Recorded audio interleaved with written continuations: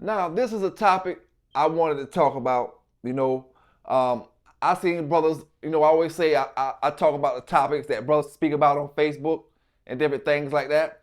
Brother said, who do you consider, my brother in the chat, my sister in the chat that know about these pit bulls, who do you consider the top dog man of all times? You know, now I would say this: if you was doing the dog game like you do football, like you do basketball, then you can judge that. I'm gonna tell you why you can't judge the top dog man of all time. Because y'all stuck on the top dog man of all time being an old schooler. You see, in every sport it is. If they the top, that means the young brothers had a chance to break their records. Had a chance to break their records.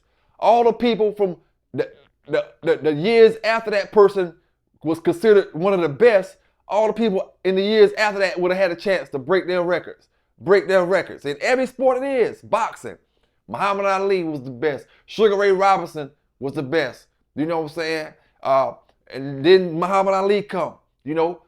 Even though these brothers gonna be humble and say, if you ask Ali, he gonna say Sugar Ray Robinson still probably his best, considered the best to him. He gonna probably say brother Mike Tyson was considered the best to him. You ask all the boxers in modern day time, they gonna always say Muhammad Ali is the best, at least amongst the best. If they don't say he was the best, Sugar Ray Robinson, one of the best. You see how many fights that brother had, right? Floyd Mayweather, one of the best because he's undefeated, more undefeated fights than anybody. Rocky Marciano had Floyd tied up before he broke Rocky's record, right? So who's the best? Is it Bud Crawford? Is it Tom Brady? Joe Montana? Is it Joe Namath? You know what I'm saying? Is it Terry Bradshaw? We talking football. Is it Michael Jordan, LeBron James, Kobe Bryant? Who's the best? But in these dogs, it's different, because these brothers focus in on the old schoolers and they act like the new schoolers not doing nothing for the dog game or in the dog game, the equivalent what they did. The old schoolers did, Now I will say a lot of these old schoolers, they did a lot of great things in the dog game. But I keep telling brothers, and this is my opinion. I feel like the argument could be one of the greatest dogs in history. And I'm gonna take yellow out of it. Take yellow out of it. Because I'm not trying to sit here and make this to a yellow conversation. Take yellow out of it. You can say the greatest dogs in history, and we have to go off of performance. We have to go off of breeding. We have to go off of what's his legacy right now today, And that's why I say a dog Red Boy gotta be in the top, in your top 5, in your top 3. The dog Red Boy himself that wasn't even on the rum list. But he gotta be in the top 3 or the top 5, I'll say, of most important dogs in pit bull history. The dog Red Boy. Everybody need a little bit of that Red Boy in their bloodline. No matter what kind of bloodline you got. Oh, Rascal this. Oh, Jeep that. Oh, Bolio this. Oh, this so-and-so this. Or so-and-so that. Go look in the pedigree, see you see Red Boy back there. Go look in the pedigree, see if you see him. So the say who is the best dog man, and then brothers, get down here talking. I seen one brother say a brother name from South Carolina, and you consider him one of the top dog men, old school brother. But I didn't get into that comment. You know what I'm saying? I didn't get into that comment. Salute to my brother Tim Fry out there. You know what I'm saying? Salute to my brother. I didn't get into that conversation, Tim. You know why? Because the brother that's his opinion. You know what I'm saying? But you consider him a great dog, man, and I consider him somebody who shit me out my money. One dog, man, that a brother thought was a high dollar dog man or highly respected dog man, how you do a young brother like that? You know, how you condition the dog, referee the show, and then I heard it was his dog. You know, three different things. That's three flagrant fouls that y'all playing me for my money. You know what I'm saying? Should have been an automatic victory. You know, it should be no way that I have old schoolers in my back, in my corner, and they don't catch this. That shows you sometimes who's really your friend and who's out for the money, who's out, who really don't got your back all the time when it comes to these dogs. But a brother mentioned him as a highly respected dog man in the dog game. You know, you condition the dog, referee to show that you condition the dog. That's automatic conflict of interest. And then word was it was his dog. You know. So I mean, you know, it's everybody's opinion. You know, it's only opinionated. But at the end of the day, you know, I just don't see some of the names that y'all calling out. They're saying these brothers are top dog man of the forever. What did they do? I keep asking brothers, what did these brothers do differently than what the brothers did from the 90s on up to right now?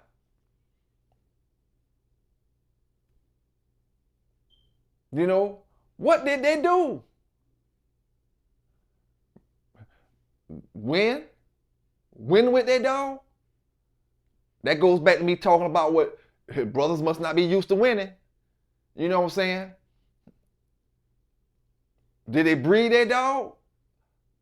Everybody breed their dog. Some people last longer, some people don't. You know?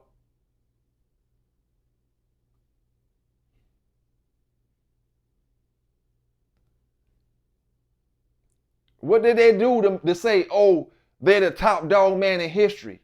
You see, when it comes, like I said, when it comes to this so-called sport, this is the only so-called sport in America, in the world, where you hold these old schoolers on high levels because of what you read in a book. That's why I put my folk in my book. You know what I'm saying? Because the book is nothing but whoever control the pen, you put the book how you want to put it. You put whoever you want to put in the book when you control the pen, when you are the author. You see? So 30 years down the line, when they want to read about certain things when it comes to these dogs, they'll know what's what. Right? So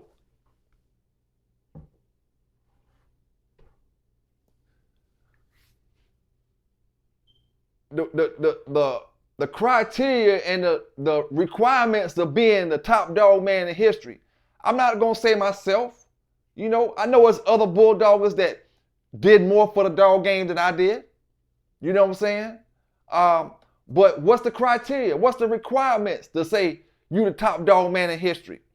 You know, how about you the top dog man in history, but as a person, you wouldn't, like I say, a lot of these dog men that these brothers talk about, and you gotta forgive me for saying this, but I gotta only keep it real. A lot of these dog men that these brothers talking about, they wouldn't even let them in their house to get a cup of water. You know, if you was hot and sweating out there and falling out and needed water, thirsty or dehydration, they'd tell you to get the hell out their damn yard. You know, go down the street and find it. But then you'll turn around and get on a platform and say these the top dog men. What makes them top dog man? What makes a dog man a top dog man? You know? His kennel setup. Some people say the kennel setups. They like, oh, you can never be like this person or you can never be like that person. That's the number one saying coming from a lot of these young brothers' mouths. When you start talking and comparing it, well, you can never be this or you can never be that. What did they do? And I'm asking everybody a simple question right now. What did Mr. Tudor do that the brothers from the 90s didn't do?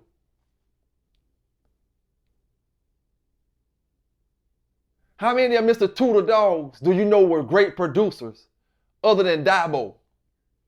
I'm asking all of y'all. How many of Mr. Tudor dogs do you know that's famous outside of Dabo? I'm quite sure you can find a dog man from the 90s on up, the modern day time, with more famous dogs than Earl Tudor had. No disrespect to Mr. Earl Tudor, but I'm talking about records be broken. You know what I'm saying? Brothers achieve these statuses and all kind of stuff. And the way these brothers do with these dogs. I'm going to say like this here. The 80s and the 90s, brothers broke all the records of them brothers that was before their time. You know, that's why brothers weren't seeking the Kobe dogs in the 90s. Straight dogs coming directly off the Kobe stuff wasn't a big commodity in the 90s. Oh, let me get me a Kobe dog. That wasn't a high commodity in the 90s. At least the late 90s, early 2000s, them wasn't high commodity dogs. They were, the exact words was, the Kobe dogs are not as game, and I'm talking about dogs directly off the Kobe yard, not talking about dogs with Kobe in it, you know, that have been manipulated and bred this way and bred that way. Talking about straight off the Kobe yard. They're not as game as these Eli dogs, or these so-and-so dogs, or these Jeep dogs, or these whatever kind of dogs.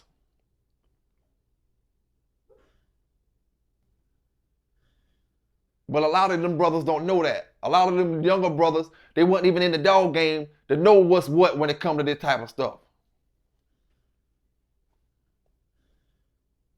You know? So what makes these brothers, you know, top dog man of all time?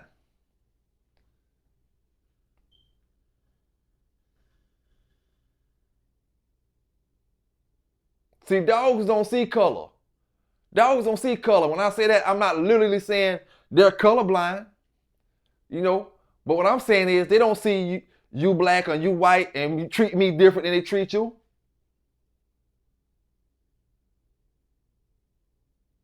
They don't see that. All they know is to treat people who, if you feeding me good, they're going to treat you right. You know.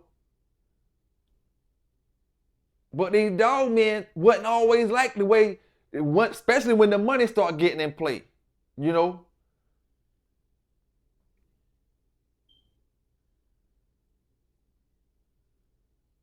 So how can I call a dog man great if you weren't even treating me as equal? Then you'll say, oh, Pelican Bay, don't go to the race part. Listen, man, when you say top dog man of all time, and then you automatically jump back into an era where we wasn't even treated right, you jump back into these 60s and these 70s, early 70s, you know what I'm saying? Hey, Dr. King was killed 68, 69. I'm born, that's only 10 years before I was born. So you using these dog men and not saying they didn't do their thing in the dog game, but you're holding them on high pedestals that brothers in the 80s and brothers in the 90s, white brothers and black brothers and Spanish brothers, far exceeded these dog people.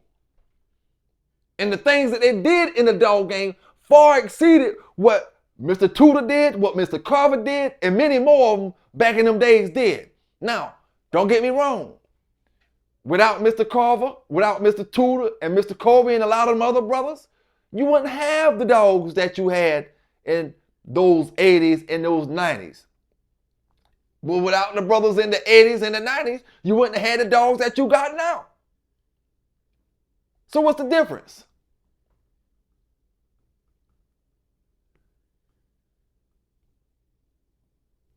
Now, a more appropriate question I feel like you can ask brothers that would be more appropriate would be who your top 10 favorite dog men. You know, not who you think is the top dog man of all time. Because I couldn't walk down the street with Mr. Kobe and Mr. William Lightner when you start going back into the 50s. You know, You going back into the 50s, I couldn't walk down the street freely with them brothers with my dog and not saying something gonna happen to either me or my dog by the end of the night if I don't go in the house or if I don't go on my side of town by the end of the night. I couldn't go out there deep off in that country in the 50s and all that type of stuff where y'all talking about some of these top dog men coming from. I couldn't go off in there and roll my dog at nighttime and all kind of shit and be out there alone and not worry about something happening to me. So as time changes, everybody, we adapt to time as time changes. Different times. You know what I'm saying? And that's why I always say, man, you know, what did they do that you didn't do or that you're not doing? We know we got to do things legally now. That's not what makes a dog man historical.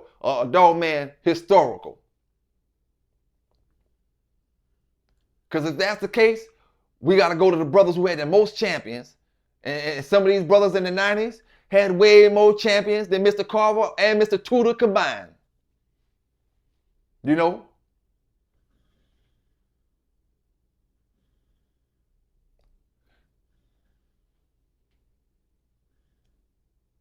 I mean, it just, big shout out to Mr. Jim Wilson, big shout out to Mr. Earl Tudor, big shout out to Mr. Carvino, big shout out to Mr. Maurice Carver, Mr. Kobe, JP Kobe, you know what I'm saying, and Mr. Lewis Kobe.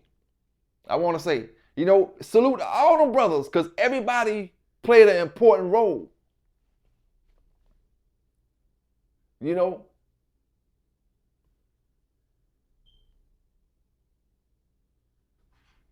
Maybe 50 years, 60 years down the line, brothers will say, man, it was a fella back in the 2000s, in the 20s, 2000 era, that doing the news, that was putting the news out. Maybe they'll say that in 50 years later from now. I don't know. You know? All I know is everybody played their part. If everybody played their part, then the machine, it'll work like a fully oiled machine.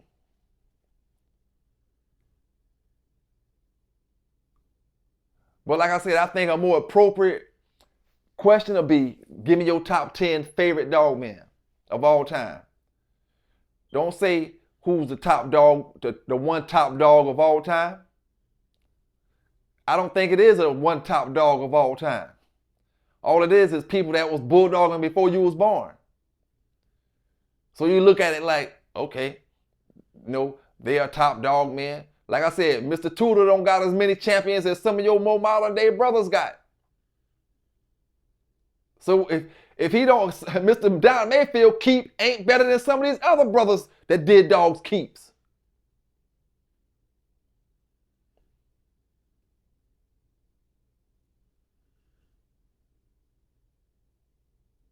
So I mean, I'm just not the one man that's starstruck.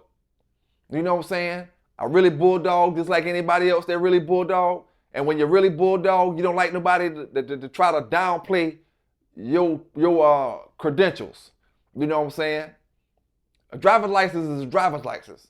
You know, as long as you got the fully functional driver's license is driver's license.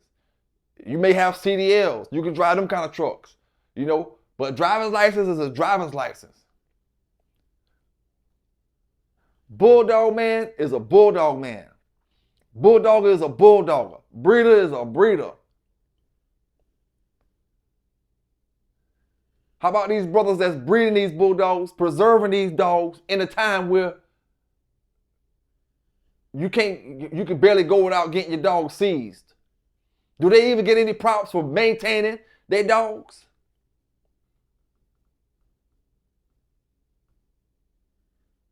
You know? So, I mean, it's so many ways to look at this, man. You know what I'm saying? So many ways to look at it.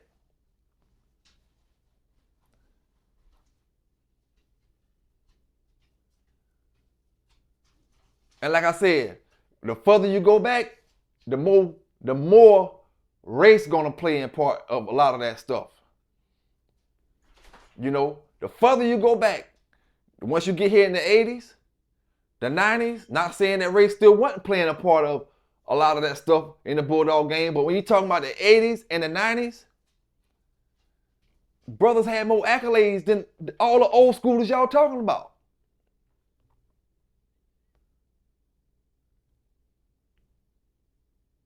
Tudor's Dabo was never talked about the way Mayday is talked about, the way Jeep is talked about, the way Red Boy is talked about, the way Yellow is talked about, the way Eli, even Eli, is talked about.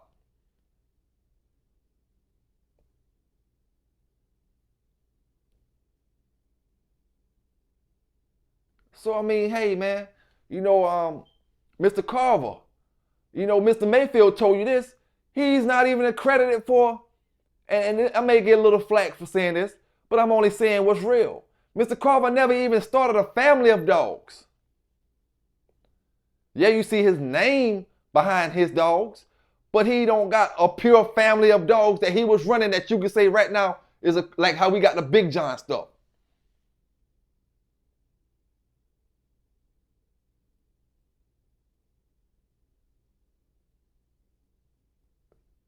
And Mr. Mayfield told you that.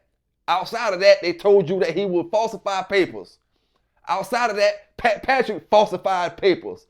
Outside of that, a whole bunch more of them falsified papers.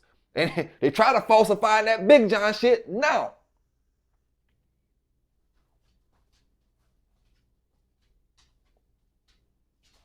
So, I mean, it is what it is, man. It is what it is.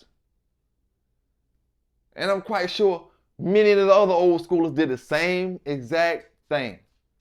But who would you consider top dog man of all time? Me, myself, like I said, my answer to that question, I wouldn't pick one top dog man, because one man alone couldn't do this dog game. One man alone. You see, Mr. Tudor something could have happened with Mr. Tudor, right? Somebody else could have got his dogs. And it's still going on. The dog game don't stop because of a man. The dog game stopped because of dogs. The dogs will switches the dog game up, not the man. The man take care of the dog, yeah. It's a tag team thing, right? It's a tag team thing. But somebody could have went and stole Grand Champion Yellow from David Tant. Stole all David Tant dogs. And they might be able to breed them different than how he breed them. They might change the name up on them. But you still get them quality of dogs down off of them dogs. You still get them quality of dogs. They may be stolen, but you still get them quality of dogs coming down from them. The man gone. David Tant gone. So that's why I say, man, the dogs, is something you can say, oh, with the top dogs of all time. Because you see, over years and over years, you see decades and decades and decades how these dogs producing. How these dogs, the dogs' traits that's still showing up 30 and 40 years later. So the man is just gotta play his role, play his part. And I always say the dog man is just as important as the dog to an extent. You can't have great dogs without having a man that's knowing what he's doing with these dogs.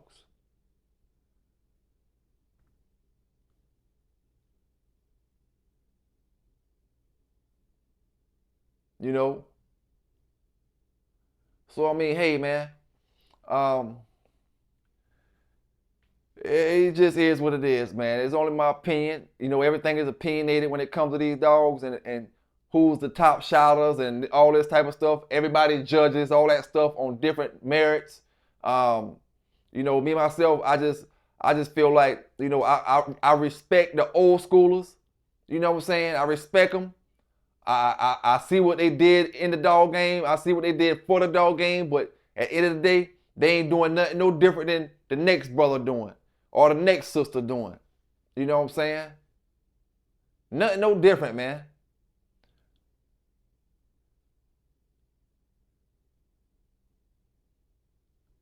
They just had these dogs when not as many people had the dogs. You didn't have half the country had pit bulls when Mr. Tootle was studying out Dabo. Half the country didn't have pit bulls then. Now the whole damn country got pit bulls. You see?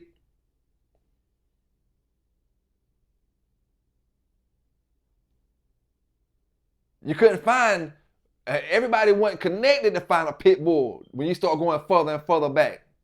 Now anybody can find a pit bull if you got the money. And like I said, I just didn't get into that comment where that brother said that particular dog man, the one that shit me with my money, conditioned the dog, referee the show, and then you got him up under here talking about him as a highly respected dog man. I mean, like I always say, you like it, I love it. But I just kept my mouth shut on that one. You know what I'm saying? Kept my mouth shut and still moving forward, man. Y'all keep dropping them good topics on Facebook, and PBK gonna keep talking about it. You know what I'm saying? No disrespect to the brothers that drop these topics. Great topics, you know, because it's all opinionated. Great topics, brothers.